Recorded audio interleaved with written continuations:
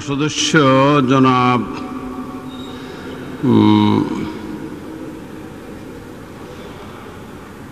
মুস্তাক আহমেদ রুহি।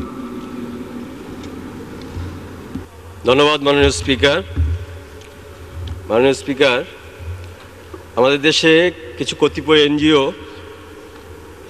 দেশের হতদরিদ্র ভাগ্য বিড়ম্বিত অসহায় কৃষকদের কাছ থেকে দারিদ্র্য বিমোচনের নামে ঋণ দিয়ে 60% পর্যন্ত সুদ নিয়ে ব্যবসা করছে, যা প্রকৃতপক্ষে দারিদ্র্য বিমোচনের অন্তরায়।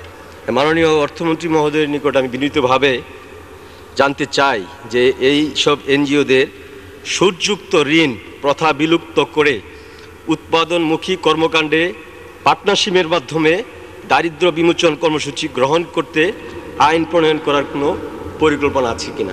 ধন্যবাদ মাননীয় সদস্য। মাননীয় মন্ত্রী।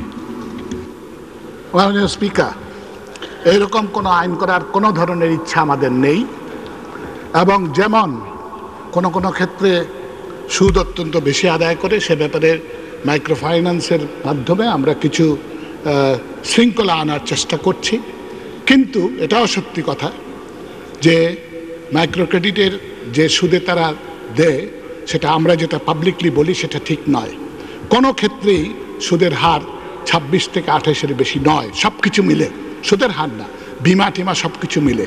এবং তারা যখন অনানুষ্ঠানিক সূত্রে যায় তখন 100% দেয়। সুতরাং এইরকম আইন করা দেশের জন্য মঙ্গলজনক হবে না। ধন্যবাদ। ধন্যবাদ মাননীয় মন্ত্রী।